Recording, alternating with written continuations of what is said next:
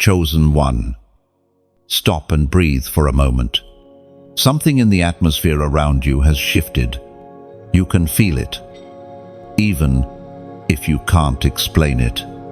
What once felt like silence now feels like divine focus. Heaven has turned its eyes toward you. Every season of delay, every night you whispered, "God, when will it be my turn?" That moment has arrived. You have overcome. For too long, it felt like your prayers were bouncing off the ceiling. You gave. You served. You stayed faithful. But the doors remained closed. The world saw your struggle, but heaven saw your sowing. What you called lack, God called investment. And now, the return is being released. There was a time when you stood in a room full of people and still felt unseen. You carried dreams so heavy, they pressed against your ribs. But no one seemed to understand the weight of your calling. Yet through every quiet disappointment, you were being positioned for this divine announcement. The season of self-survival is over. God is funding your life from this moment forward. We find in the book of Psalms, chapter 66, verse 12, "We went through fire and through water, but you brought us out into a wealthy place." You didn't just walk through the fire, you were refined by it. You didn't just pass through the waters, you learned how to breathe beneath them. Every hardship was a classroom. Every loss, a hidden investment. And now, heaven is ready to release your wealthy place. Lace, there's a story, one that mirrors yours, about a man named Daniel. He waited for years, serving faithfully in obscurity. When others saw delay, God saw preparation. When the promotion finally came, it wasn't small, it was royal. That's what happens when heaven sponsors your next chapter. It never arrives quietly. You have been walking through seasons where the math didn't make sense. The bills outweighed the balance. The dreams outweighed the resources. But even in those moments, something unseen was happening. Divine arithmetic. God was multiplying faith where the world only saw subtraction. And now, the equation resolves in favor of your destiny. Think of your journey like a diamond under pressure. The crushing was not to destroy you, but to reveal your clarity. Or like a seed breaking open in darkness, the cracking was necessary for the roots to take hold. You are emerging from that soil with divine equity written into your spirit. And listen, the funding that's coming is not only financial. God funds peace, stability, wisdom, and open doors. The provision will come through people, opportunities, and divine timing that feels almost suspiciously perfect. But it's not coincidence, it's orchestration. Heaven has been curating your comeback. You see, there are two economies in this world, one of man, one of heaven. The first depends on circumstance, the second depends on obedience. You've been operating in obedience even when you didn't feel qualified. That alone has activated heaven's economy over your life. The moment you chose trust over panic, faith over fear, that's when the funding began. Somewhere, even now, someone is being prepared to mention your name in rooms you've never entered. Somewhere, a door that has been locked for years is being fitted with your key. You don't have to chase what's been assigned to you, it's already on its way. The fire didn't finish you, it refined you. The water didn't drown you, it baptized your calling. And now, you stand at the threshold of your wealthy place, the land of divine supply. Take this moment, not as hype, but as confirmation. You are not entering a lucky season. You are entering a funded mission. Heaven is the investor, and your obedience is the contract. When you look back, you'll see it clearly. The delays, the detours, the heartbreaks, all of it was divine architecture. What felt like endings were actually alignments. What looked like loss was simply God clearing the path for something better. And now, you're standing in the dawn of your new era. This is the part where your story changes tone. You've moved from trying to survive to watching God provide. And if this word resonates in your spirit, let gratitude be your response. Lift your heart and speak life into your future. Share this message so that another waiting soul may find their own confirmation through it. And if you're ready to walk into your funded season, type 444 inches. The comments not as superstition, but as declaration that you've stepped into divine alignment. Heaven has noticed. Your endurance was never wasted. The wealthy place has been unlocked, and the first deposit is already on its way. You may not have realized it, but a transaction began. The moment you surrendered your timeline, the divine exchange is already in motion. Everything you lost, time, peace, opportunity, confidence, is being translated into a higher currency. In heaven's economy, nothing given in faith ever disappears. It transforms. You once looked at the pieces of your life and thought, how could this ever add up to anything good? Yet every fragment you handed to God became raw material for your rebuilding. What was broken became blueprint. What was missing became space for miracle. There is a divine pattern hidden beneath your pain. It's the same one Joseph saw when his brothers sold him into slavery. To human eyes, it looked like betrayal. To heaven's eyes, it was a positioning strategy. God never wastes a betrayal. It becomes the bridge to promotion. And when Joseph finally stood before Pharaoh, it was not luck, it was divine logistics fulfilled.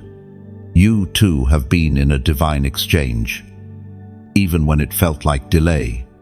Each tear has been converted into oil for anointing, each disappointment into wisdom, each unanswered prayer into preparation. The divine treasury has been recording your faithfulness in the unseen. Think of a sculptor with a rough block of marble. The first strike looks violent, but every chisel is precise. What you called loss was heaven removing the excess that hid your true design. The masterpiece is always revealed through subtraction. There's a sacred rhythm to how God works. First, He allows what no longer serves your destiny to fall away. Then, He introduces silent space for reflection. Finally, He breathes life into what remains. You've lived through all three stages without even noticing. That's why now, the shift feels so sudden. It's not sudden. It's scheduled. The divine exchange doesn't happen overnight. It happens in layers. God was never ignoring you. He was converting your cries into credibility. He was teaching you how to carry what you were praying for. Because blessing without foundation breaks too soon. There was a woman who prayed for years for stability. Every door she tried seemed to close. She lost her home, her job, even her sense of identity. But in that wilderness, she learned how to create from nothing, how to hear God in scarcity. Years later, when the restoration came, she didn't crumble under abundance. She managed it. Her heart had learned to steward before her hands ever touched provision. That's the exchange happening in you now. The pain taught you discernment. The silence taught you patience. The rejection taught you focus. And now, every hard lesson becomes currency heaven can trust. As the prophet Hosea proclaimed long ago, chapter 2, verse 15, "There I will give her back, her vineyards, and make the valley of Achor a door of hope."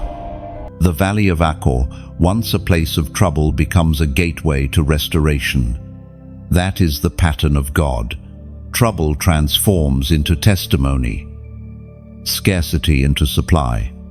You've been walking through your own valley of Achor, yet the soil that was once barren is now rich because of your tears. Hope has taken root in the ground of endurance. The vineyards are returning, the promises are ripening. What's unfolding is not random generosity, it's righteous reimbursement. God is repaying every moment that seemed wasted. He's turning delayed harvests into double portions. When He funds, He doesn't simply restore, He multiplies. If you could see the invisible exchanges occurring right now, you'd understand why it took this long. Heaven's system runs on perfect equity. Nothing is misplaced. What you sowed in pain will return in power. This is why you had to be stripped of false security so you could handle true provision. You learned that your value isn't in what you have, but in who holds you. And because of that, God can now trust you with overflow. Look around. Even the small details are aligning: the right people, the right timing, the right peace. These are receipts from heaven's transaction. You're stepping into the proof of divine funding. Keep your heart soft and your spirit alert. You're not chasing anymore. The exchange has already taken place. What's next is manifestation, the visible evidence of invisible faith. You have walked through fire and water. And now, as the smoke clears, you will see it. The trade is complete. Heaven has exchanged your wilderness for a vineyard, your tears for triumph, your delay for divine release. You will stand in the same place that once held your sorrow and call it sacred ground. The wilderness that broke you will one day bloom with fruit that feeds others. The divine exchange is finished. Your new beginning has quietly begun beneath your very feet. Faith has always been heaven's currency. The unseen transactions of trust are worth more than gold. And you've been investing for years without realizing how much you've stored. Every time you believed when evidence was missing, you made a deposit. Every time you chose prayer instead of panic, you purchased peace in advance. The returns are now maturing. The currency of faith cannot be forged. It carries the seal of endurance, the watermark of obedience, the invisible code of surrender. That's why not everyone can hold it. It's refined through resistance. Faith doesn't grow in comfort. It multiplies in contradiction. You've been through contradictions, promises spoken yet delayed, blessings glimpsed but not grasped. You heard God say, "You are chosen." But your reality said, "You are forgotten." Still, you kept believing.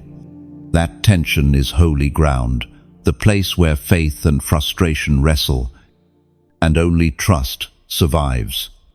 Imagine a mine deep underground.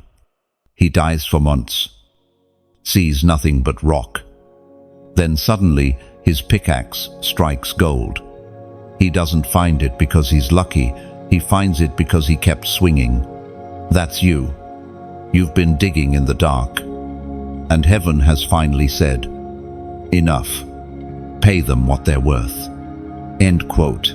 Faith is the only tender that never depreciates. It holds value in drought, in silence, in waiting. When the world collapses around you, faith is the currency that still buys peace. It buys clarity. It buys doors that no human hand can open. The apostolic writings in the letter to the Hebrews remind us. Chapter 11, verse 1. Now faith is the substance of things hoped for, the evidence of things not seen. Substance. Evidence. Faith is not fantasy, it's a spiritual receipt. You've been holding proof before you ever saw the product. That's why God calls you trustworthy. You believed before you received. There was once a man named Elias, a quiet soul who worked as a street musician. He dreamed of composing songs for worship, but lacked the resources. For years, he played his small guitar in the subway, earning enough just to survive. One winter, when the cold nearly silenced his music, he whispered, "If this is all I have, I'll give it back to you, God." The very next week, someone recorded him on their phone. The clip went viral. Churches called, doors opened. His simple faith had been accumulating interest for years. The payout came suddenly. That's how heaven moves, slow in building, swift in blessing. God's timing may seem delayed, but it's only waiting for faith to mature enough to carry the weight of fulfillment. You've proven that maturity. Your belief has become substance. That's why resources are aligning now. Heaven trusts your hands because your heart stayed pure. Sometimes you may still doubt, what if I lose it all again? But faith reminds you, even if you did, you've already learned how to rebuild with God. The foundation is internal, not external. Faith doesn't expire when the blessing delays. It expands until the blessing arrives. Think of your faith as a flame inside a lantern on a windy night. The wind tries to snuff it out, but the harder it blows, the stronger the flame dances. You've lived that truth. Each storm only refined your fire. That's why you shine differently now. So when your mind says, "It's too late," answer it with what you know. Faith has no deadline. What's written over your life cannot be erased by waiting. There's a calmness entering your days now, not because everything is easy, but because you finally understand the system of heaven. Faith pays before sight delivers. You've already paid in full. Now, your only task is to stay available. Be ready when favor calls your name. Be expectant, but not anxious. The provision you prayed for is not a reward, it's recognition of your trust. If this word stirs your spirit, write your agreement in a simple act of faith. I still believe. Type it below as a sign that your currency is intact. Because when you speak those words, heaven records it as a new transaction, a continuation of your covenant. Faith has always been your wealth, and now it's time to spend it. When you type, "I still believe," it's not just a phrase, it's a prophetic signal. It tells heaven, "I'm still invested." It tells darkness, "You didn't win." It tells your own soul, "I refuse to surrender what God already promised me." And those three words carry power because they reaffirm covenant. They shift atmosphere. They remind you that faith was never about evidence, it was about endurance. Each time you declare them, the divine exchange continues, and the doors meant for you swing open once more. The wilderness was never a punishment, it was a classroom. You didn't wander there by mistake. God led you into isolation not to break you, but to build you. In the silence, He shaped your endurance. In the emptiness, He taught you how to listen. The wilderness doesn't destroy chosen ones, it defines them. At first, it felt like exile, The familiar doors closed. Friends became distant, and comfort dissolved like mist. But what you didn't see was the divine architecture behind it. The wilderness strips away the unnecessary so the essential can emerge. It's the place where titles fall, prix de melts, and only purpose remains. When Israel walked through the desert, they thought they were lost. But the desert was a detour designed to prepare them for ownership. They were learning how to depend on manna before they handled the weight of milk and honey. The same has been true for you. The wilderness wasn't delay, it was divine rehearsal. You've learned lessons that can't be taught in abundance: how to move with discernment, how to recognize counterfeit opportunity, how to find peace in stillness. Those are the survival codes of the anointed. Without that training, abundance becomes a trap. With it, abundance becomes a tool. There's a story of a woman named Leora. For years, she served faithfully in a small community, unseen by many. Her ideas were overlooked, her efforts unnoticed. But instead of quitting, she used that hidden season to grow sharper, to refine her gifts.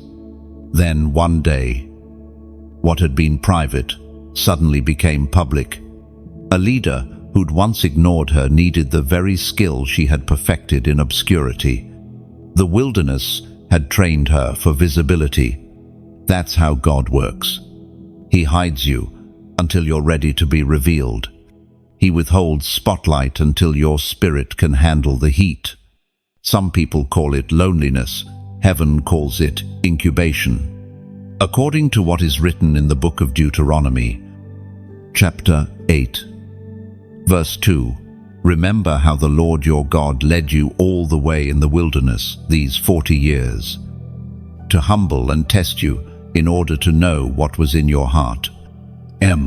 The wilderness reveals heart condition. It exposes motives and purifies desires. It's where your relationship with God stops being transactional and becomes transformational. You stop asking, "What can you give me?" and start saying, "Make me who you need me to be." Every silence was a test, not of your worth, but of your readiness. Could you trust God when He said nothing? Could you obey without applause? Could you remain faithful when there was no visible reward? Those questions built the muscle that blessings now require. Think of an athlete training in high altitude.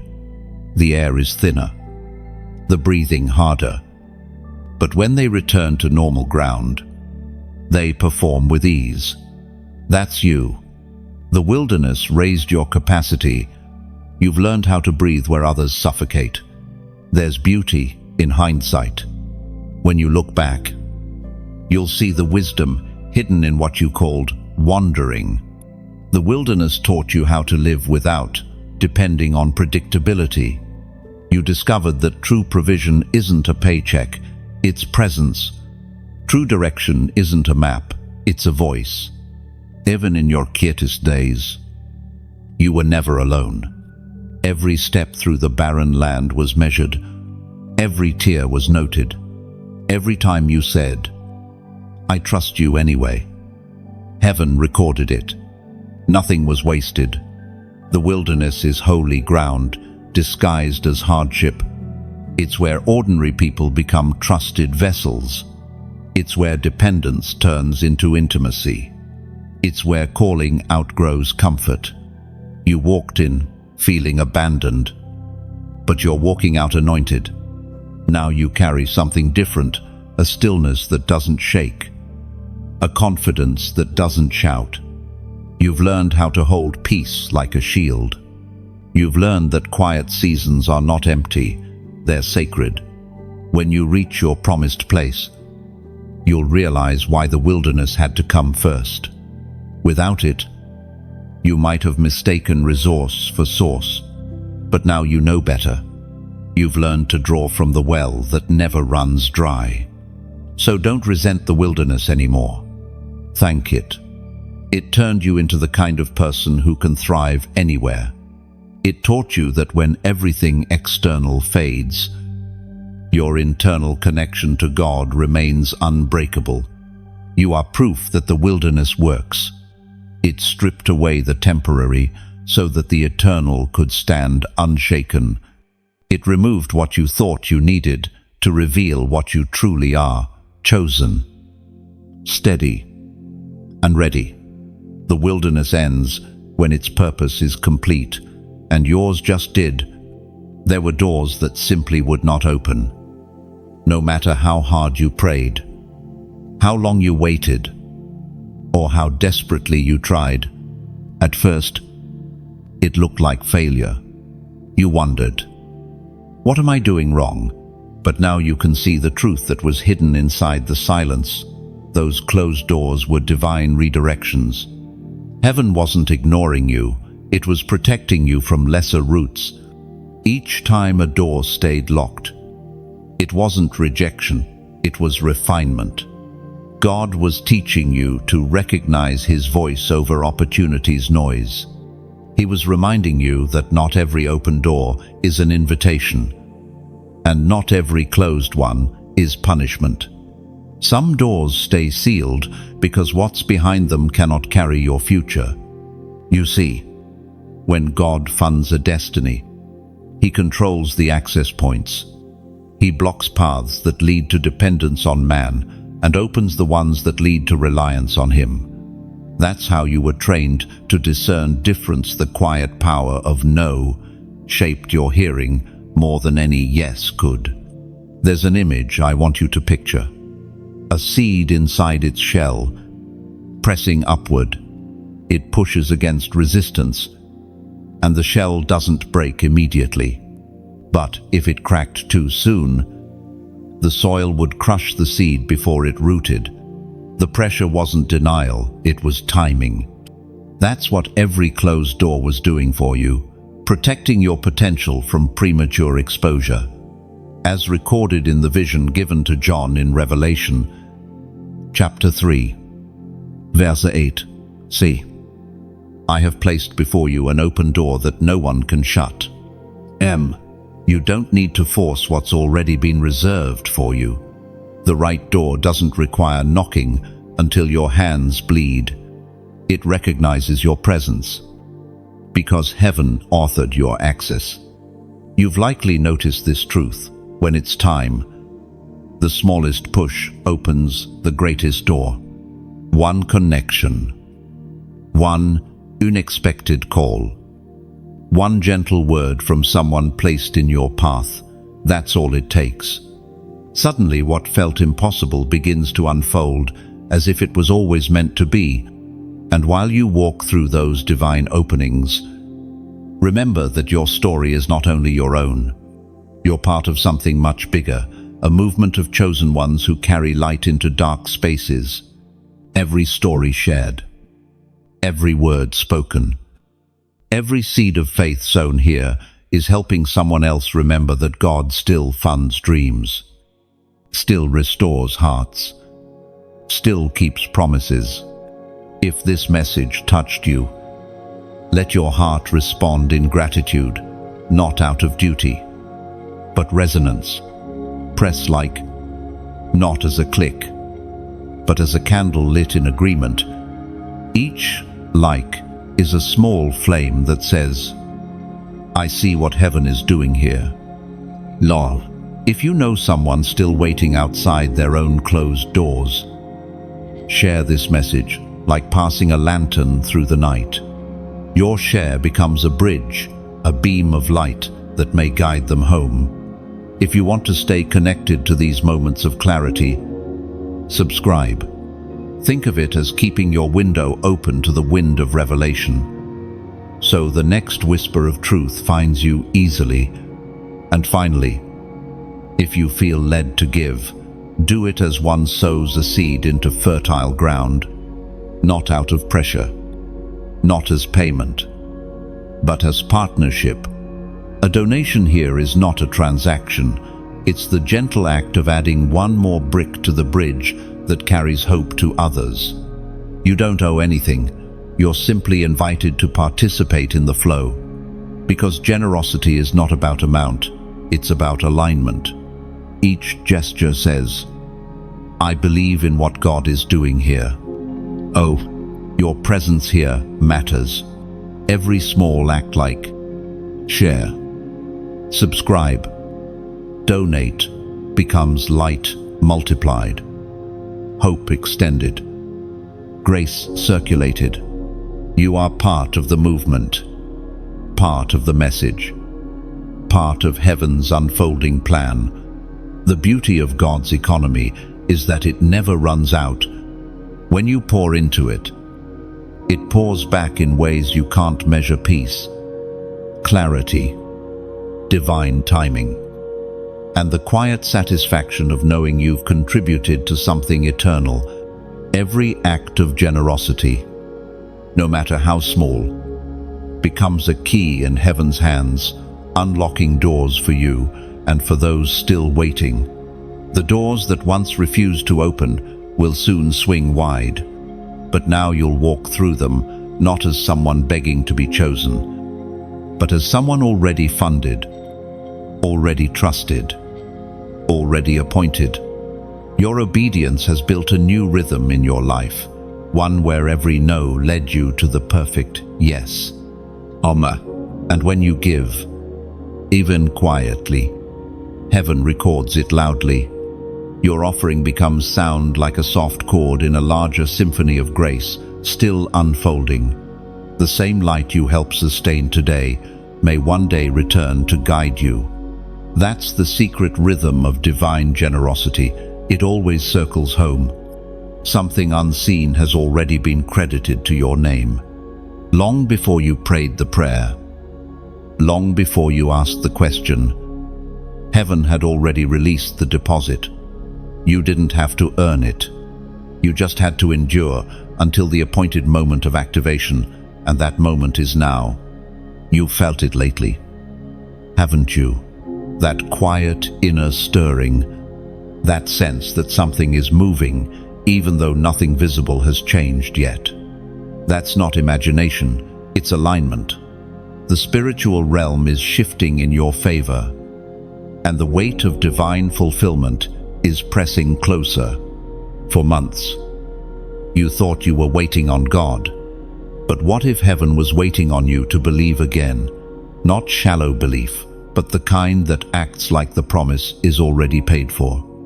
The kind that wakes up and says, provision isn't coming, it's here. The Apostle Paul wrote in his letter to the Romans, chapter 4, verse 21, being fully persuaded that God had power to do what he had promised. That persuasion is what separates survivors from inheritors. You've been surviving on faith, but now heaven wants you to inherit through confidence. The resources that seemed withheld were never gone. They were simply waiting for you to carry the authority that comes with persuasion. Imagine a key maker carving a key. Each cut looks like a lost metal being taken away, but every groove is precision. Every removal is design. Until suddenly, the key fits perfectly into the lock, meant only for it. That's you. The pressure, the waiting, the unanswered moments, they were shaping your key. And now, the door before you recognizes your pattern. You've received a prophetic deposit, a kind of spiritual credit line drawn from heaven's treasury. Every act of obedience adds to it. Every moment of surrender enlarges it. You don't have to make things happen anymore. You only have to walk in awareness that it's already released. Sometimes blessings don't fall like rain, they rise like mist. You don't notice them until the air around you feels different, lighter, filled with quiet promise. That's what's happening now. Your spirit senses what your eyes have not yet seen. There's a story of a man who worked for years without recognition. Every good idea he gave away. Every project he led went unnoticed. He grew weary. almost kit. But then, in a single week, everything shifted. An old connection called, an unexpected promotion opened, and the same ideas once ignored became celebrated. Nothing new happened. The deposit simply matured. The timing reached completion. Heaven works like that. The prophetic deposit doesn't vanish. It accumulates. Every prayer adds interest. Every fast. Every act of integrity. Every secret obedience. All of it has been building toward this moment. You are not waiting for your turn. You are standing at the cashing window of divine timing. But here's the mystery. God often releases it through small beginnings. What looks like a whisper today will echo tomorrow as thunder. Don't despise the small signs, the random message that confirms your prayer, the peaceful clarity that replaces confusion, the small favor that opens the larger gate. These are heaven's signatures saying, the funding has begun. The deposit has your name on it. But your faith is the access code. You can't borrow someone else's conviction. You can't imitate someone else's timing. You must step into this with your own declaration. Your own yes. Right now. Wherever you are, pause. Breathe in. Something holy is happening in the ordinary. The same God who multiplied 5 loaves is now multiplying your obedience. The same voice that called Lazarus is calling your destiny out of delay. This isn't coincidence. This is divine intervention. The stillness you feel is not absence. It's preparation for manifestation. There's a light breaking through your atmosphere.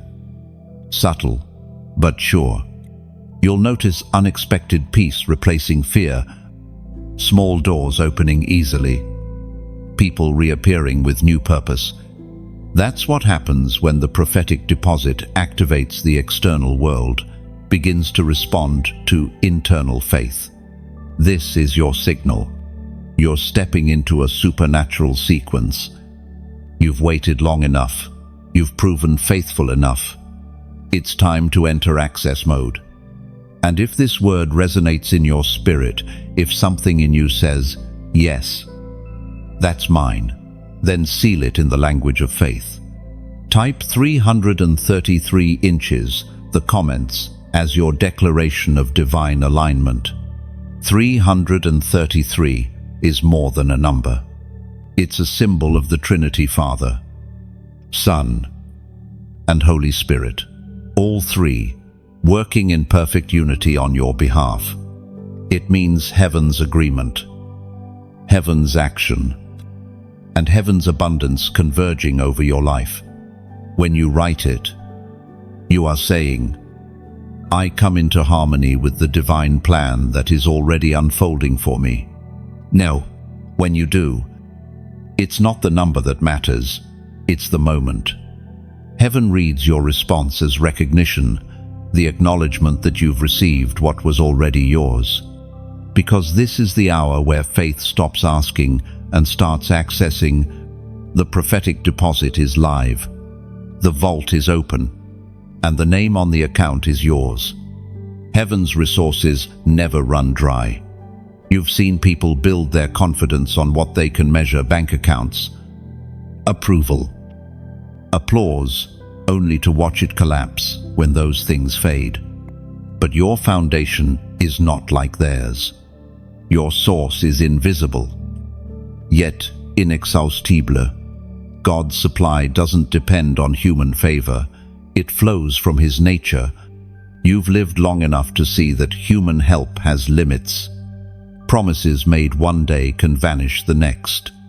But when God promises, He sustains. When He funds, He finishes. The flow that begins in heaven never stops midway. That's why what's coming now is not a burst of blessing. It's a river. Picture a desert turning green after rain. At first, nothing seems to change. The ground looks the same, cracked and lifeless. Then suddenly, small shoots appear, fragile but determined. Within days, the landscape transforms. That's what's happening in your life. The rain of provision has already fallen. The evidence is just beginning to sprout. You might not see the full harvest yet, but the atmosphere has changed. The drought has ended. Even the soil of your spirit feels softer, more receptive. You no longer carry the heaviness of striving because you've learned how to rest in divine rhythm. As the apostle assured the Philippians in his letter, chapter 4, verse 19, "And my God will supply all your needs according to his riches in glory in Christ Jesus." I notice the promise, not some, but all, not barely enough, but according to his riches. That means the measure of your provision is not your effort, it's his abundance. When the source is infinite, the flow can't run dry. You have entered a new spiritual economy. It's not built on effort alone, but on alignment. When your actions and your trust move in the same direction, resources find you. Heaven's system runs on obedience, and you've proven that you can be trusted with what you receive. Sometimes God will even let a door close, not to deny you, but to redirect the stream, because when provision flows through people, he wants to ensure it's coming from pure channels. If one well dries up, another spring will appear. It always does. There was a man named Thomas who learned this truth the hard way. His business failed overnight. The support he relied on disappeared. For months, he survived on almost nothing. Then one morning, while walking past an old shop, he felt led to go inside. The owner mentioned a small project that needed help. Thomas took it, though it seemed insignificant. Within a year, that small opportunity turned into a new company, stronger, purer, debt-free. The collapse had been a redirection toward clean provision. That's how heaven works: quiet, precise, redemptive. You may lose what you thought you needed, but never what you're meant to have. Think of a mountain spring. The source is hidden under stone and soil, but it keeps pushing upward, pure and steady. Even when people try to block it, the water finds another path. That's what God's funding does. It finds you. Even through detours, it finds the cracks in your circumstance and turns them into channels. You felt lack before, but what's different now is perspective. You know where your help truly comes from. You've stopped chasing evidence and started trusting essence. The unseen is now more real to you than what's visible. This is where peace begins, when you realize that the same God who started your story has already written your provision into its pages. You don't have to beg for what's written. You simply step into it when the page turns. Provision is not a surprise, it's a schedule. Every delay was part of timing. Every waiting season was a recalibration of your readiness. And now, as heaven's current moves around you, you can finally stop surviving and start stewarding. Rest in this truth: God's supply doesn't decrease with demand. The more you pour out, the more he fills. The more you trust, the more he releases. You are connected to an unbreakable source, one that doesn't depend on circumstance but on covenant. Your role now is simple. Remain open. Keep your hands unclenched, your heart unguarded. Receive without fear. Give without measure. And remember, the flow you carry is eternal. The same stream that fills you today will one day flow through you to others. You are not a container of blessing, you are a river in motion. And rivers never fear running dry. They trust the source that feeds them. Stay open. Keep flowing. Heaven refills what it can trust. Abundance carries weight. It is not only comfort, it is responsibility. When God entrusts you with provision, He is also placing within your hands a portion of His purpose. That's why the blessings that are arriving now feel heavier than before. They are no longer random gifts. They are sacred assignments. You've been asking for increase, but increase doesn't come without instruction. God's funding is never aimless. It's targeted. He doesn't pour into empty hands. He pours into prepared ones. That's why the waiting season was long. Preparation had to match the magnitude of what you were about to receive. As Jesus Himself taught in the Gospel of Luke, chapter 12, verse 48, "To whom much is given, much will be required." Oh, the world often celebrates abundance as freedom, but heaven sees it as stewardship. The resources, opportunities, and influence that are coming to you are not simply rewards for endurance, they are tools for expansion. You are being trusted to multiply what you've been given, to build, to plant, to restore. There's a moment every chosen one reaches when they realize that favor is not furniture, it's a foundation. It's not meant to be admired, it's meant to be built upon. The new level of provision in your life is an invitation to construction. God is saying, now that you have, what will you create? Imagine a torch being passed through generations. Its flame doesn't grow dim. When shared, it burns brighter as it travels. The resources God has placed in your hands work the same way. They expand when they move. Blessing that stagnates loses power. Blessing that flows gains momentum. There was a woman named Rena who learned this truth through experience. She prayed for years for stability. When financial peace finally arrived, she felt relief, but also a new stirring. One night in prayer, she heard a quiet whisper, "Use what I've given you to lift others." So she started small, helping single mothers learn basic financial skills. Within months, her workshops grew. Within a year, she was running a foundation. What began as personal blessing became generational impact. That's the weight of stewardship. When God funds your life, He expects His generosity to echo. You're not just a recipient, you're a reflection of His nature. The same Spirit that provided for you now invites you to become a vessel of provision for others. You may not know where to begin. It doesn't always require something dramatic. Sometimes stewardship starts in silence, in how you handle small moments. It's in how you treat people, how you manage resources, how you speak about what you've been given. Gratitude itself is a form of stewardship. Think of your heart as a vault and your actions as keys. Every choice you make opens or closes chambers of possibility. When you operate from gratitude and humility, the vault expands. But when pride or fear takes root, doors begin to tighten. God entrusts to those who protect His purpose, not their ego. Abundance will test your discernment more than scarcity ever did. Scarcity teaches you to survive, but abundance tests whether you remember the source.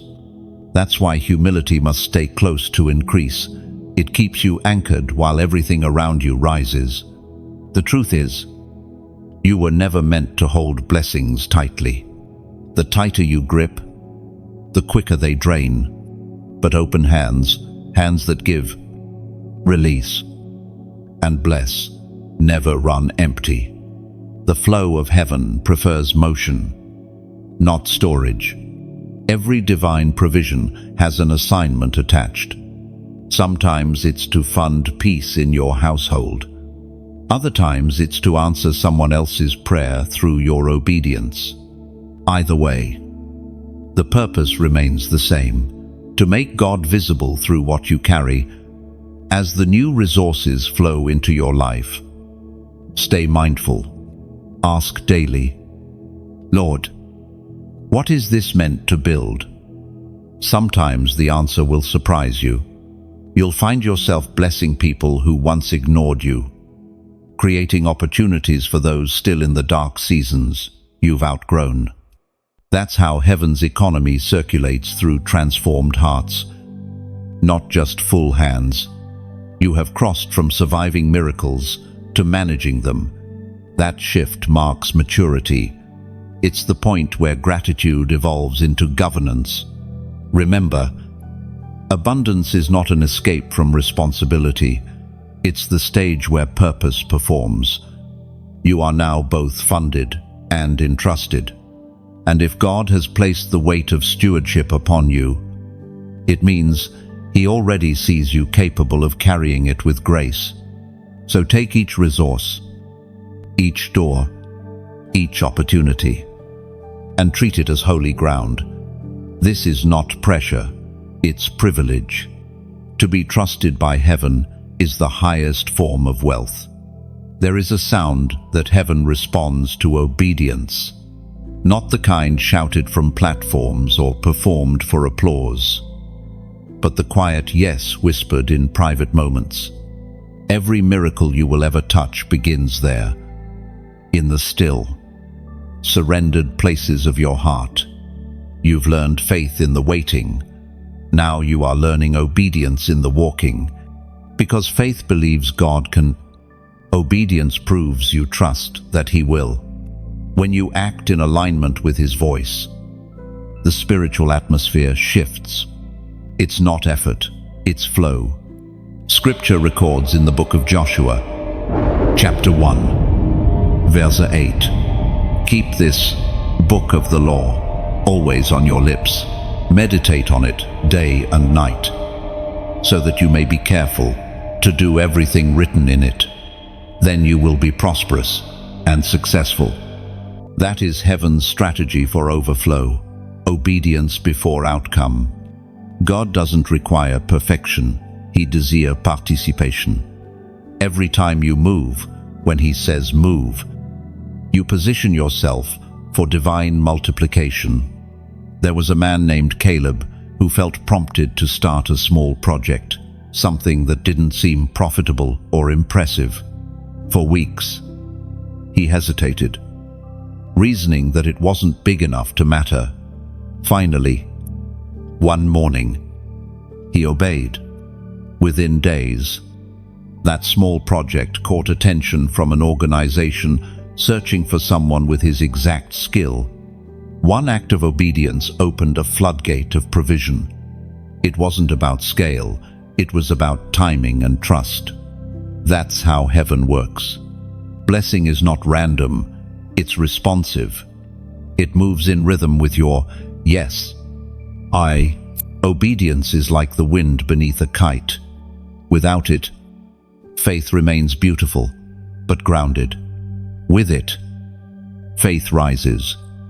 The string that once felt like restriction becomes connection to divine direction. You're learning that trust isn't only spoken, it's demonstrated. Sometimes, obedience looks like silence when you want to explain yourself.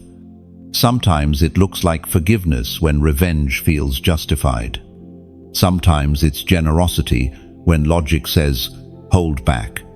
Each act creates space for supernatural sequence. You're not losing when you obey, you're planting.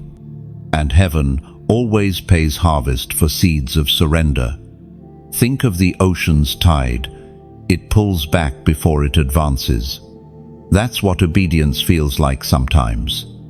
It looks like retreat, but it's actually set up for a stronger return. Every step of surrender has momentum hidden inside it. There's power in consistency. You don't need to understand every instruction to walk in it. God often reveals direction in fragments, one step at a time. The map unfolds as you move. Waiting for full clarity before acting is like asking for harvest before planting. Obedience activates understanding. You've walked through seasons where obedience cost you comfort, friendships, even stability. But look closely. Everything you lost was replaced with peace. Everything removed was preparation for something purer. You may not have understood it then, but heaven was rearranging your landscape to fit the blueprint of destiny. The greatest shifts in your life won't come from striving, but from surrender. The door that obedience opens can't be shut by human doubt. That's why the next move in your life isn't about effort, it's about listening.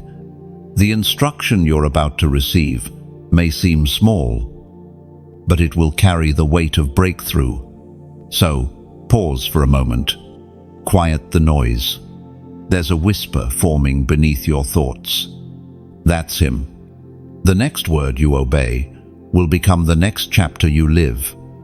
If this message resonates in your heart, take a moment to respond, not as ritual, but as recognition.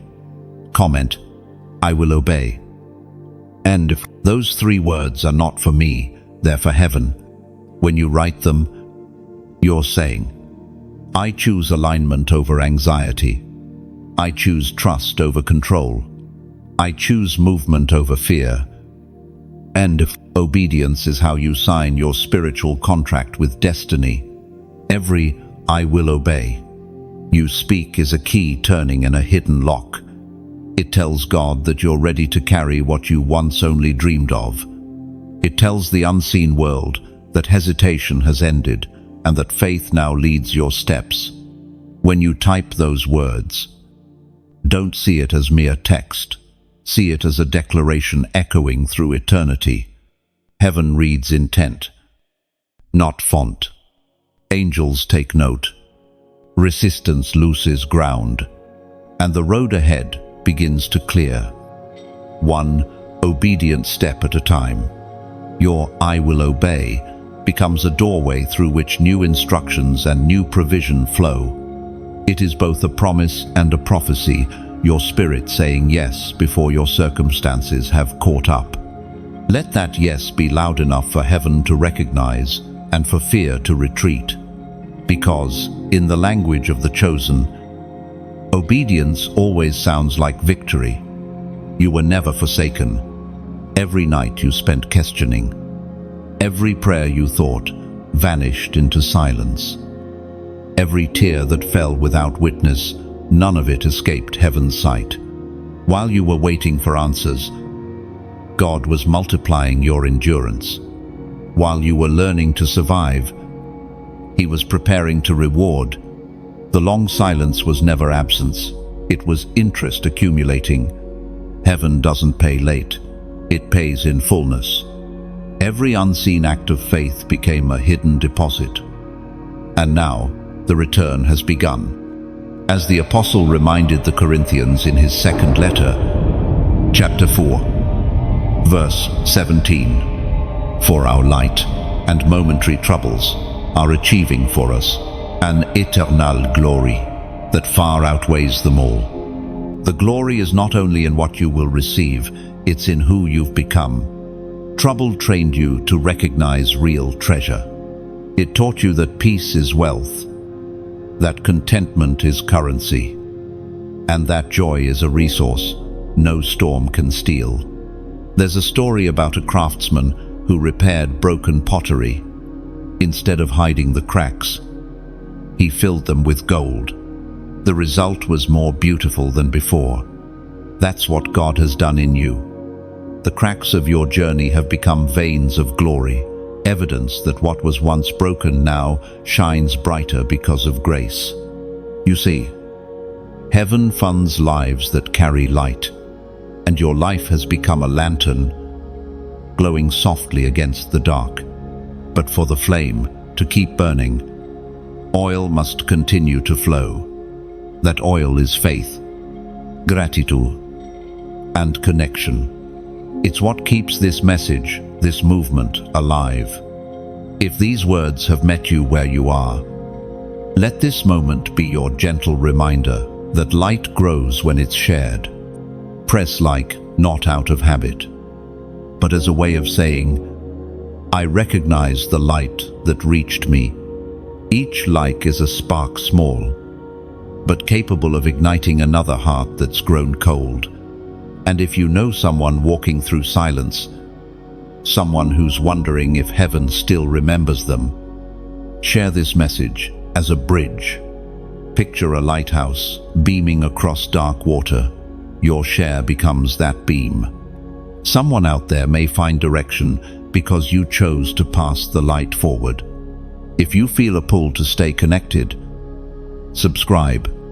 Think of it not as following, but as building a rhythm, a steady heartbeat that keeps you aligned with words that heal, strengthen, and remind you that you're not walking alone. And if you ever feel led to give, donate, not out of pressure, but out of partnership. Picture your giving like planting olive trees. You may not sit under all their shade, but others will. Gift, no matter its size, becomes oil for the flame fuel that keeps messages of hope reaching those who still wait for dawn. Your generosity doesn't vanish, it circulates. It becomes part of a greater ecosystem of grace. Somewhere, a weary soul will hear words that you helped send forth. Somewhere, a heart will remember that God still provides because you chose to be part of the flow. You owe nothing. This isn't a demand. It's an invitation, a chance to participate in the same love that lifted you. Giving in any form, whether it's a comment, a share, a prayer, or a seed, is not transaction, it's translation. It translates your gratitude into action, your hope into help, your faith into fruit. What you've received here today isn't just encouragement, it's empowerment. And when you pour that empowerment back into others, you become a vessel of divine continuity. The same grace that found you will begin to find others through you. So let this moment be simple and sincere. If you felt seen, respond in your own way. If you were strengthened, let your gratitude ripple outward, because every light that shines draws power from another. No matter how you choose to respond, by reflection, by generosity, or by prayer, remember this: you are part of a living stream. It flows through you, not past you. And every small act of kindness, every spark of generosity, keeps that current alive. Heaven hasn't forgotten you. In fact, it's using you now to remind the world that grace still moves, that hope still breathes, and that love still funds what fear cannot. Each word you release, each gesture of kindness you offer, sends ripples through eternity. You are no longer just receiving light, you have become one of heaven's steady lamps in the world. And when lamps burn together, darkness loses its name. Keep shining, keep flowing, keep giving, not out of duty, but because it's who you are. There is a new mantle resting on you, a quiet, steady authority that wasn't there before. You can feel it. Though it isn't loud or proud, it moves differently. It carries peace instead of pressure. This is the mantle of provision, the evidence that God Himself has chosen to clothe you with favor that functions, not just shines. You no longer chase after what you need. What you need now recognizes you. The struggle that once defined your identity is dissolving, replaced by rhythm and flow. Provision has become part of your spiritual DNA. It follows you, not because of what you have done, but because of who you have become in the waiting. We are reminded through the prayer of David in the Psalms, chapter 90, verse 17. May the favor of the Lord our God rest on us. Establish the work of our hands for us, yes. Establish the work of our hands. That verse is more than blessing. It is confirmation. The mantle of provision rests where work meets worship. You've learned that excellence is an expression of gratitude. You've discovered that diligence is a form of prayer. Each action you take in obedience now carries supernatural weight. Think of a cloak woven by divine hands. Each thread is an answered prayer, a lesson learned. As storms survived, when God places that cloak upon your shoulders, He isn't decorating you, He's commissioning you. The mantle you wear now carries authority to call forth what you need when you need it. There was once a woman named Hannah who struggled for years to find stability. Jobs came and went, plans rose and collapsed. But every time she faced loss, she spoke the same phrase, "Even here, God is my provider." Over time, those words became reality. Opportunities began to appear where logic said they shouldn't. One day, a contract arrived unexpectedly, work that perfectly matched her gifts. When asked how it happened, she smiled and said, "I stopped asking for favor and started walking like I already had it." That is what the mantle does. It changes posture before it changes circumstance. When you carry favor consciously, it changes how you enter rooms, how you speak to people, how you see opportunity. You no longer move like someone begging to be chosen. You move like someone already carrying heaven's endorsement. Provision becomes magnetic when you operate from identity instead of insecurity. You've reached the point where lack can no longer intimidate you, because you've seen how quickly God can reverse it. There's a quiet confidence in your spirit now, a certainty that even when resources shift, the source remains constant. Think of a tree planted beside a river. Drought may visit the land, but its roots are deep, drinking from unseen streams. That's you. You've been rooted beside the living water, and now your leaves stay green even when seasons change. People may wonder why your peace remains unshaken. It's because your supply no longer comes from the surface. The mantle you wear is both blessing and reminder. It reminds you that favor is functional. It is meant to flow. When God funds your life, He expects movement. The cloak isn't meant for comfort, it's meant for mission. You are now a living sign of God's consistency, a testimony in motion. And this provision is not random, it's strategic. Each resource you receive has purpose attached. The finances, the ideas, the connections, they all fit together like pieces of a divine architecture. God funds purpose, not pride. That's why this new level feels both exciting and sobering. It carries responsibility, but it also carries rest. The true sign of divine provision isn't abundance alone, it's assurance. You no longer panic when circumstances shift. You no longer fear empty accounts or uncertain tomorrows. Instead, you listen for instruction, because you know the same voice that called manna in the desert can still feed your destiny today. You're walking in a rare peace now, the kind that money can't buy and storms can't steal. It's the peace of those who finally understand that provision is not pursuit, it's position. You've positioned your heart under heaven's covering, and everything else falls into place. Let this be your quiet revelation. You are not merely blessed, you are established. Your hands are steady, your steps ordered. your source, secure. The mantle rests well on you. You will notice how ease begins to replace effort. What used to drain you now flows naturally because grace has taken over labor. You're no longer striving, you're sustaining. And this is only the beginning. The mantle will keep unfolding its beauty in motion, revealing purpose after purpose until everything around you reflects divine order. Sometimes the confirmation doesn't arrive as thunder, it arrives as whisper.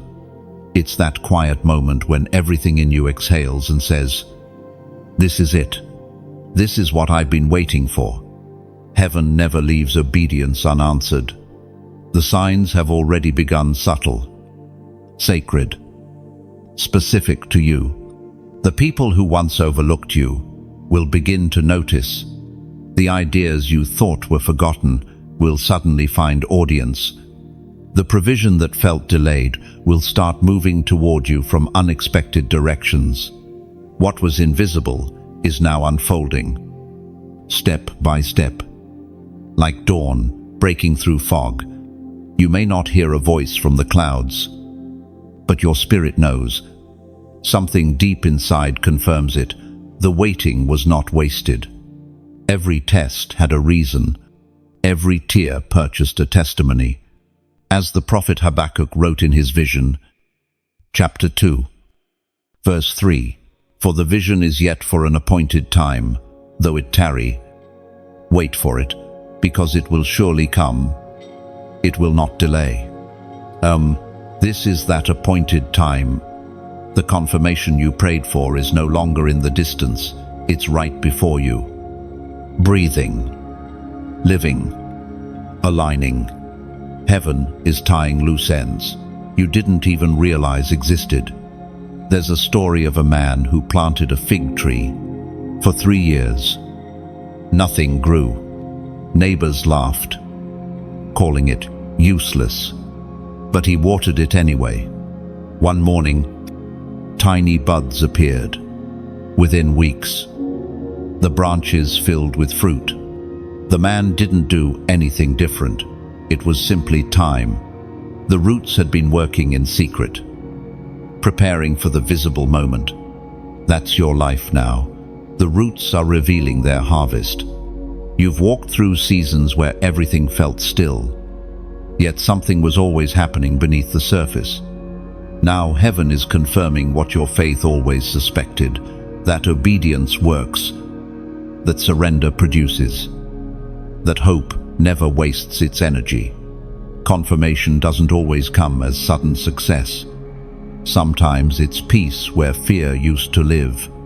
Sometimes it's clarity replacing confusion. Sometimes it's one small door swinging open after years of silence. But every sign, whether big or small, carries the same message: God kept his word. When the prophetic aligns with the practical, you'll feel it.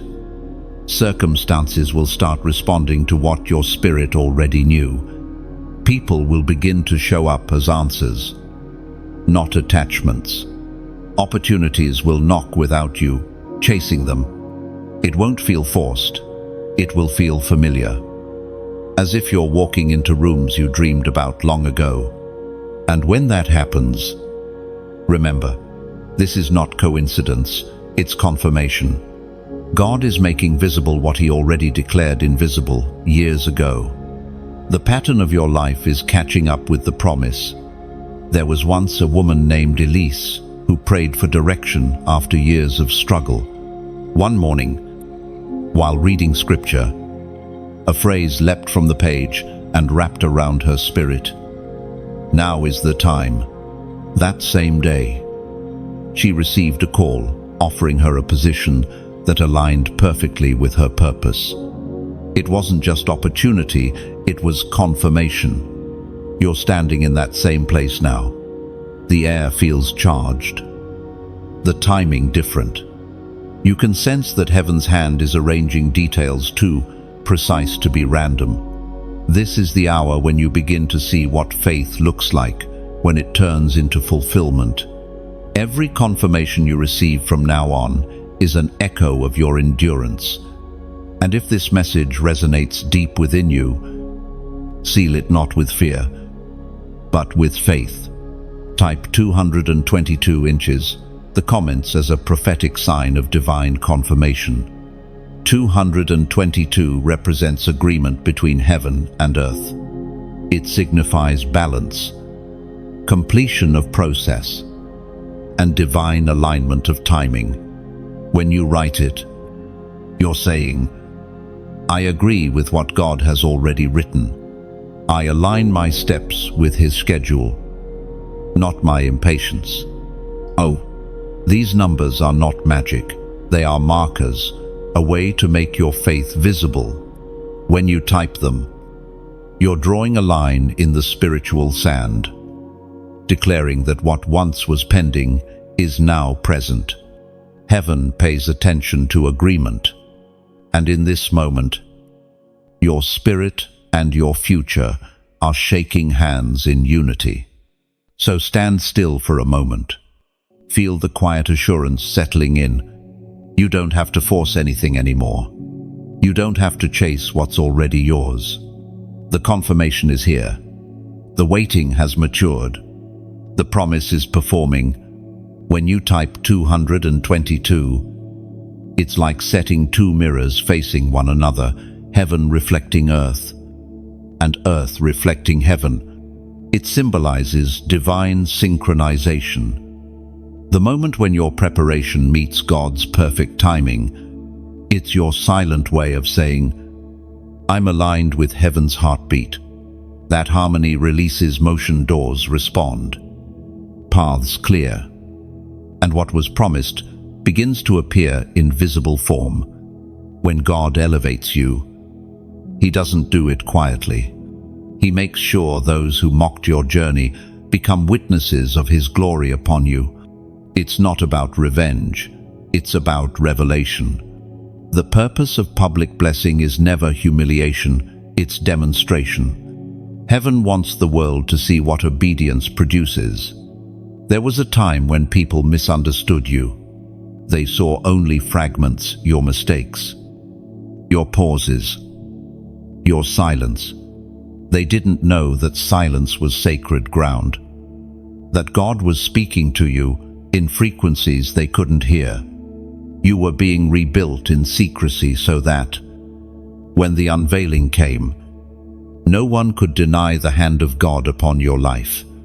As sung in the ancient Psalms of Deliverance, chapter 23, verse 5, You prepare a table before me in the presence of my enemies. You anoint my head with oil, my cup overflows. No, that verse is not about arrogance, it's about evidence. The table God prepares is not to shame others, but to show that your story didn't end in struggle. The same people who once said, "It's over," will watch you sit in a season that only heaven could orchestrate. You are entering a stage where grace becomes visible. The oil of favor is no longer subtle. It leaves fragrance wherever you go. You'll walk into rooms that once ignored you and sense the shift, hearts softening. Tone is changing. Eyes recognizing what they once overlooked. The glory upon you will speak louder than any defense you could give. There's a story of a young man named Jiran who spent years serving under someone who constantly belittled him. He stayed humble, worked hard, and kept silent. When his mentor suddenly stepped down, the company searched for a new leader. No one expected Jiran to be chosen, but he was. Not because of status, but because of consistency. When he walked into his first meeting as director, those who once dismissed him stood to applaud. That's what divine vindication looks like. Quiet faith rewarded loudly. The same God who lifted Joseph from prison to palace hasn't changed. He still knows how to make favor undeniable. You won't need to prove yourself. Results will do it for you. The light of your integrity will speak in places your voice never reached. But remember, Vindication isn't permission to gloat. It's an invitation to extend grace. When God gives you visibility, He expects you to reflect His mercy, not mirror others' mockery. The ones who once wounded you are still souls in need of the same redemption that rescued you. So, when they watch you flourish, don't harden your heart. Let kindness become your language. Let generosity answer where pride would have spoken. That is how heaven distinguishes victors from victims' humility after honor. You are now living proof that endurance pays interest. Every hidden season was an investment, every heartbreak a deposit of glory. The abundance that's appearing in your life is not just wealth, it's witness. It declares that divine timing always wins. Think of a field after fire.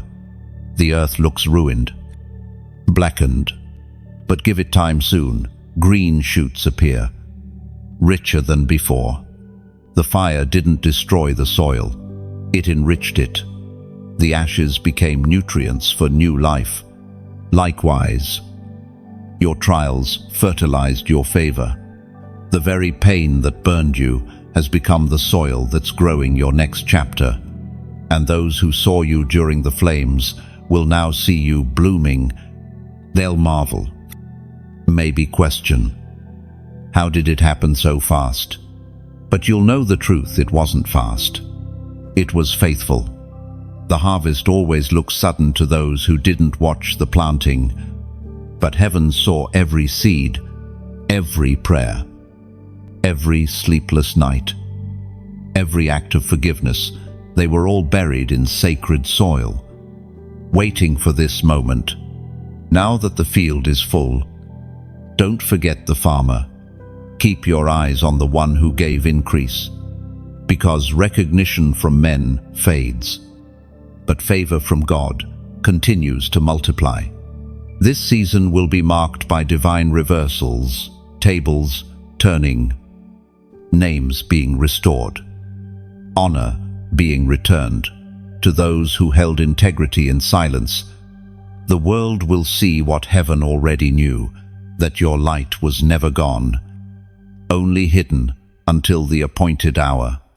Walk in that confidence, not prideful, but purposeful. You are no longer proving anything, you are demonstrating something. Your life has become a living prophecy of restoration and reward. The time of hiding is over. The unveiling has begun. The same eyes that once pitied you will now see peace in you. They'll realize that favor was never luck, it was loyalty rewarded. And you'll smile, not in pride, but in quiet gratitude, knowing that grace doesn't shout, it simply shines through everything it touches. When God funds your life, He doesn't do it for comfort alone, He does it to build capacity. You are not only a receiver of provision, you are now a distributor of divine supply. This is the essence of becoming a kingdom investor, someone who uses heaven's abundance to multiply goodness on earth. What you've received isn't meant to stop with you. Blessing becomes stagnant when it's stored, but powerful when it's shared. You've stepped into a level of favor that has flow built into it. God gives you more because He trusts you to circulate more.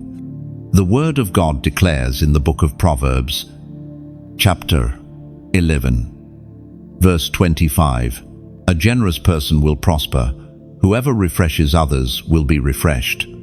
Then, that is divine economy, summarized in one sentence. The same God who funded your recovery now invites you to fund someone else's redemption. The more you pour, the more heaven refills. The cycle of blessing never breaks, as long as gratitude guides your giving. You once prayed for survival. Now you are called to be a source. This shift might feel weighty, but it is sacred. You are stepping into the identity of one who carries overflow on purpose. Heaven doesn't waste abundance. it assigns it. Think of rain falling on a mountain. It doesn't collect there, it streams downward, forming rivers that feed valleys. The mountain doesn't lose by giving, it fulfills its purpose. In the same way, your abundance will find direction when it begins to move. The valley below you, the people, the causes, the hearts still waiting for hope are part of your new calling. There was a man named Ruel who experienced this transformation. After years of hardship, his business began to thrive. One day, while praying, he asked God, "Why now?" The answer came softly, "Because now you know what it feels like to need." Ruel began using part of his profit to mentor and support struggling entrepreneurs. Within 2 years, his company multiplied again. His generosity didn't reduce his resources, it expanded them. That's how heaven's math works. To invest in others is to echo the nature of the one who invested in you. Every time you lift someone else, you mirror divine generosity. You become a vessel of circulation in God's living system of grace. Being a kingdom investor doesn't always mean grand gestures or large donations. Sometimes it means paying attention, listening, offering encouragement, helping someone find direction, speaking a word that restores hope. Every act of kindness becomes currency in heaven's account. When you give with pure motives, you enter divine partnership. God begins to trust you with more because he knows the flow won't stop at your hands. You become a river of restoration, a conduit of compassion, a living reminder that generosity is how light multiplies. Even your words carry investment power. A sentence spoken in faith can shift someone's entire season. A prayer whispered in private can reroute a life. Never underestimate the spiritual value of small offerings. They are seeds that heaven grows into forests. Think of your life as a field surrounded by irrigation channels. Each channel represents a person or cause God will lead you to nurture. As you release water into one, more flows from the source. The act of giving never empties you. It connects you deeper to the endless well. And remember, the motive matters more than the measure. God doesn't count coins, he counts compassion. He multiplies motives, not just money. When you give with love, it leaves an imprint larger than the act itself. The more you operate from this mindset, the more you'll notice something remarkable. Peace replaces pressure. You no longer fear losing what you give away. Instead, you start to feel the rhythm of heaven's generosity moving through your life like music. To be funded by God is to live in overflow without obsession. You give because it's who you are, not because it's what you must do. You become the answer to someone's prayer. And in that moment, you realize that you, too, are still living in the answer to someone else's generosity. That's the cycle. Heaven funds you, you fund others. The flow returns, multiplied. You are no longer a collector of blessings, you are a curator of them. Your abundance carries assignment. Your provision carries purpose. Every time you give, heaven smiles, knowing its resources found a safe pair of hands. And as you continue walking in this rhythm, you'll find that the greatest wealth isn't what stays with you, it's what moves through you. In giving, you become infinite.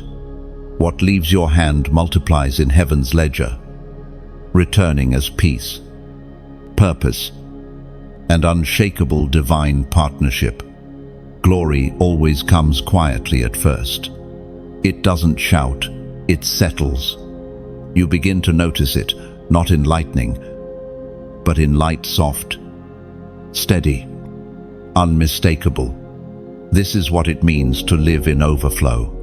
Not chaos, not noise, but calme, abundance. The same God who carried you through storms is now teaching you how to walk in still waters without fear. Overflow is different from sudden blessing. Sudden blessings arrive like waves. Overflow abides like a tide. It doesn't come and go, it remains.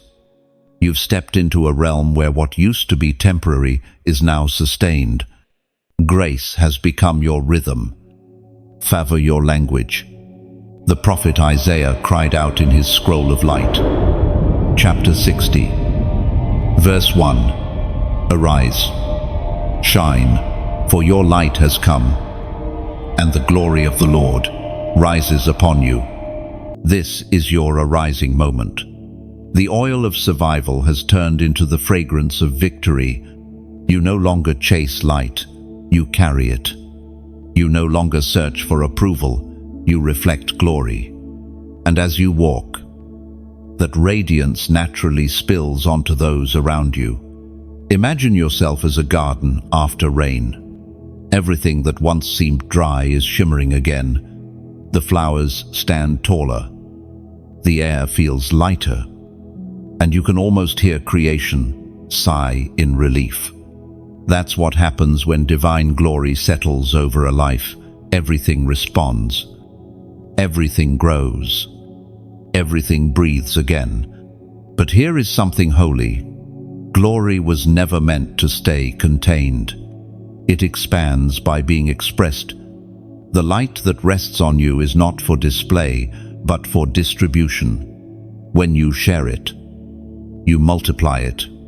That's why this moment, this message, is more than words. It's a continuation of that divine overflow, a ripple extending from your heart to someone else's. And maybe, as you listen, you feel the same warmth that once reached you in a dark place.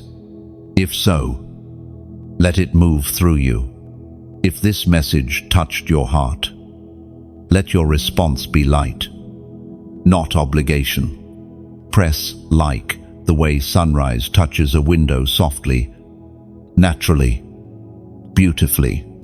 Each click is not a task, it's a spark saying, I see what heaven is doing here.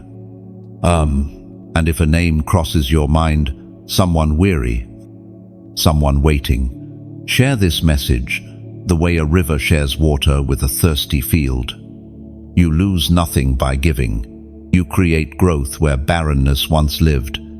If you wish to keep walking in this flow, subscribe, not as a follower, but as a traveler continuing the same journey. Consider it like adding another step along a shining path, each step bringing you deeper into peace, clarity, and purpose. And if something in this word resonated, leave a comment, a simple line, a few sincere words. Write as one leaves a note in a guest book after encountering beauty. Your comment is not for attention, it's a footprint. Proof that grace found you here and left something glowing behind. And for those who feel led to go further, to give back, to pour oil where oil once flowed into them, donate as one plants a tree after finding shade. You're not paying for light, you're extending it. Every act of generosity, no matter how quiet, becomes a bridge for another soul who might one day find their dawn through your kindness. This is not requirement, it's resonance. It's what happens when gratitude finds a form. Giving in any way your time, your attention, your encouragement, your resources is simply the natural language of overflow. Every like is a spark. Every share is a stream. Every comment is a heartbeat. Every donation is a seed. Together, they create a living ecosystem of grace where hope continues to bloom. You're not maintaining a platform, you're sustaining a pulse, the heartbeat of heaven, still reaching people one whisper at a time. And maybe, while you listen, you realize something. You are now the message. The story God wrote through your survival has become someone else's signpost. You are proof that grace doesn't fade, it flows. So, if you feel peace, rest in it. If you feel gratitude, release it. Let your heart choose how to respond gently, freely, beautifully. Because in this season, everything you do in love becomes light.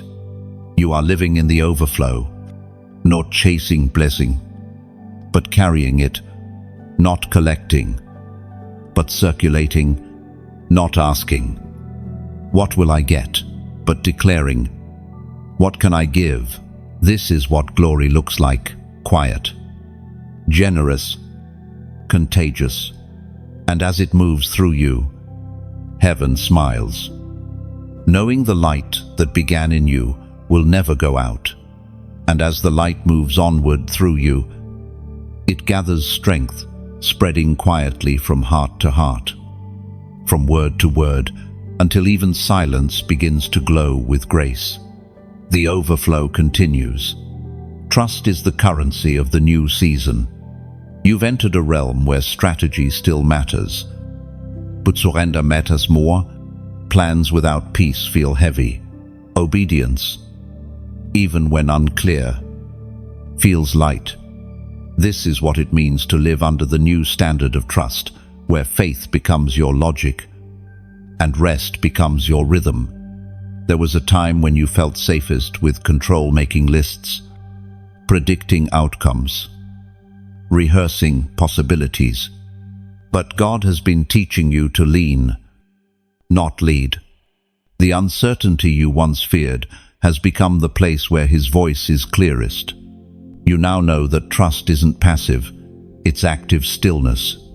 As the ancient wisdom in the book of Proverbs reminds us, chapter 3, verses 5 and 6, trust in the Lord with all your heart, in all your ways. Acknowledge Him, and He will make your path straight. This verse isn't instruction alone, it's invitation. It invites you into a lifestyle where dependence is strength, not weakness. You've learned that control doesn't protect you, it limits you. Only trust unlocks what fear keeps hidden. Trust is like walking across a bridge made of light. You can't see the next plank until you step forward. But every time you move, it appears. The bridge was always there, invisible, until faith revealed it. You've spent years collecting evidence of disappointment, thinking it would prepare you for the next fall. But the truth is, those memories weren't shields, they were weights. God has been asking you to release them, not because He wants to erase your history, but because He wants to redeem it. The moment you stop expecting pain, you make space for peace. Trust doesn't erase risk, it transforms it. The risk of obedience becomes the soil of reward. Every time you choose trust, heaven reorders something, aligning people, redirecting opportunities, adjusting timing. You can't see it, but you feel it, the gentle synchronization of unseen systems moving for your good.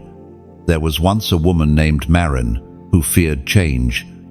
Every time something new began, she braced herself for loss.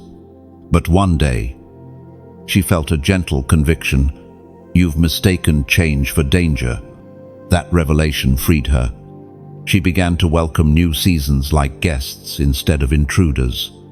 And soon, what she feared most became the very thing that expanded her life. That's what happens when trust replaces fear. Growth feels natural again. Trust transforms timing. When you stop demanding immediacy, you start seeing precision.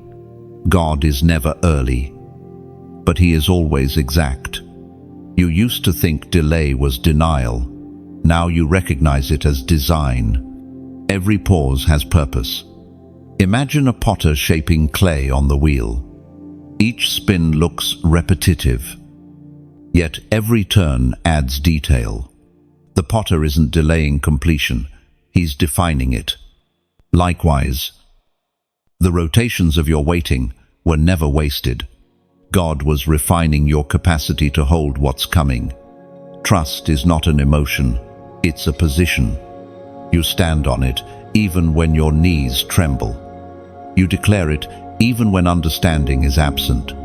It's the quiet power that turns confusion into confidence. Chaos into clarity.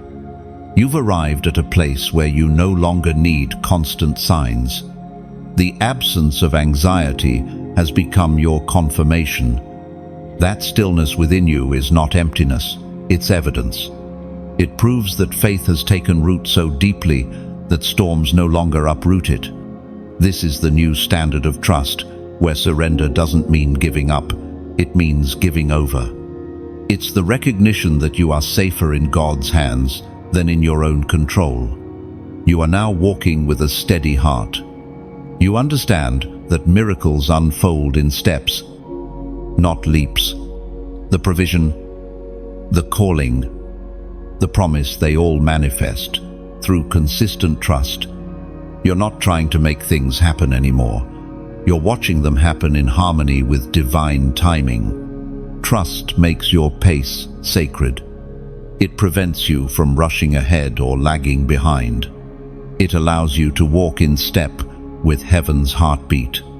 So, breathe. The journey ahead is already written, the route already paved. The only thing left to do is walk eyes forward, heart open, spirit steady. Because when you trust, you move like someone who knows that the unseen world is already working in your favor, and every step you take in trust becomes a testimony written into eternity's record. Heaven calls it movement, earth calls it miracle.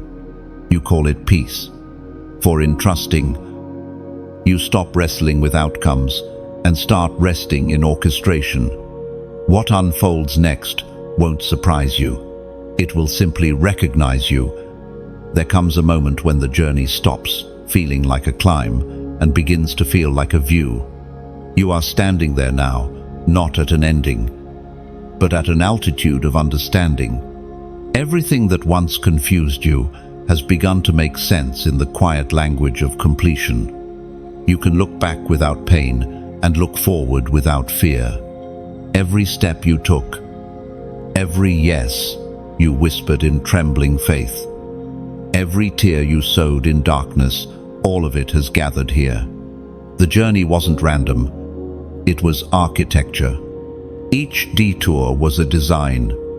Each waiting room was a workshop. You weren't just moving toward blessing, blessing was being built within you. As the prophet Jeremiah once wrote in his sacred scroll, chapter 31, verse 25, I will refresh the weary and satisfy the faint. That is exactly what God has done.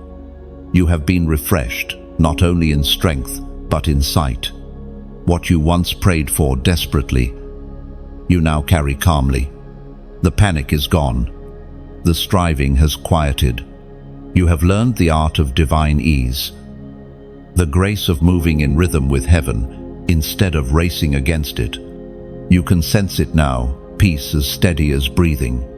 It no longer comes and goes, it dwells. You've become familiar with this peace, the kind that doesn't depend on circumstance but on connection. You have found what the world cannot manufacture, contentment born of communion. Think of yourself as a harbor after storm. The waves still move, but they no longer threaten. The winds still blow, but they no longer unsettle. The same sea that once terrified you now mirrors light. That's what restoration does. It turns what once frightened you into reflection. You've walked through fire, yet not as a victim of it. You've come out refined, not reduced. Every scar you carry has turned to gold. Like threads of kintsugi, the ancient art of repairing with beauty, God didn't remove the breaks. He illuminated them. What was once proof of pain has become proof of preservation. The long wilderness season is no longer something to escape. It's something to honor. It built muscles of discernment, patience, and praise.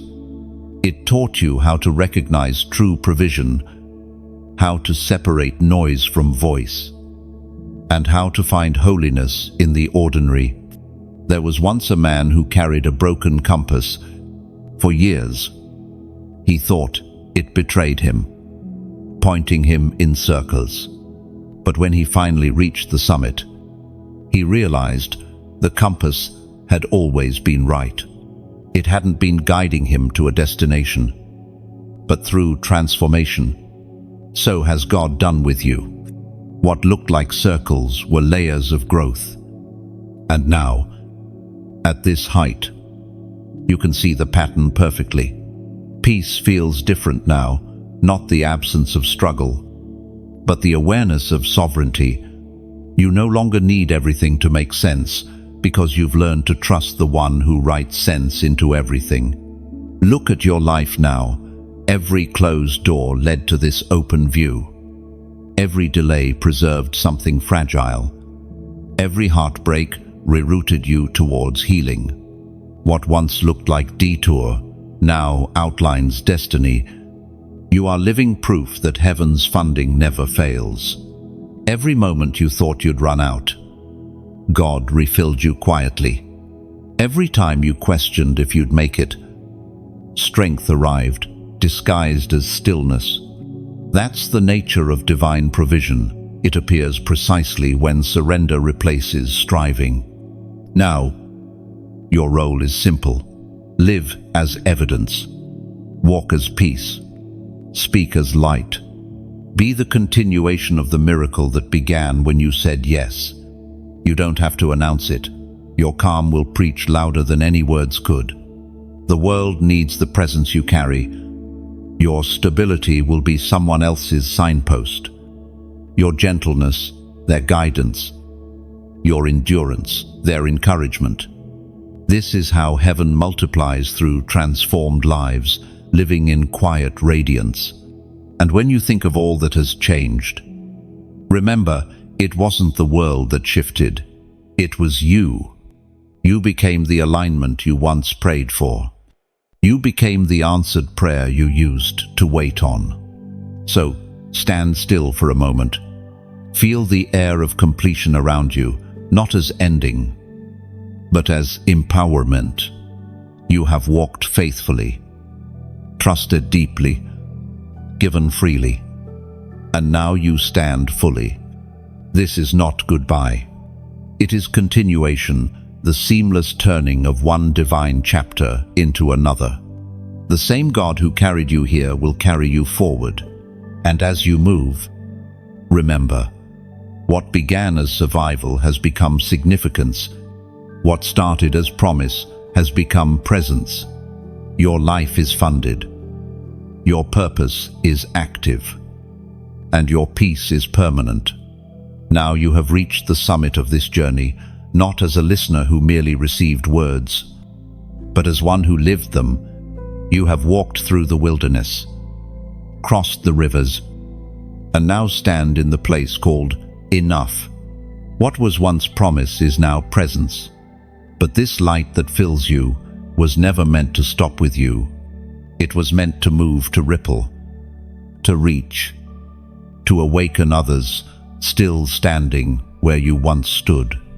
So let your response today be more than reaction. Let it be reflection. Press like, not as approval, but as acknowledgement, a quiet candle lifted high, saying, I was here, and I was changed. Each like is a spark that keeps this message alive long after the words fade. Share this message the way dawn shares its first light. Somewhere, someone is still in night, waiting for a sign. That morning is real. Your simple act of sharing may become their sunrise, and when your heart feels stirred, leave a comment, a sentence, a phrase, or even a single word. Think of it as carving your initials into sacred ground, marking the moment heaven met you in language. Every comment becomes a thread in the tapestry of testimony. If you desire to stay connected to this rhythm of revelation, subscribe not as an obligation, but as a way of saying, I want to keep walking in this light. Let every new message be a gentle reminder that you are still part of something divine, still learning, still expanding. And if generosity rises in your heart, donate not as duty, but as devotion. Picture it as planting a tree whose shade you may never sit under, yet whose fruit will feed generations you may never meet. What you give doesn't disappear, it multiplies quietly, becoming oil for lamps that would otherwise burn out. For every act of support, every like, every share, every word written, every seed sown becomes part of this great current of light, moving across borders and hearts. You are no longer only a listener, you are a keeper of the flame. Let the story keep unfolding through you gently, freely, endlessly. The voice that found you here will keep guiding you forward, one heartbeat of grace at a time.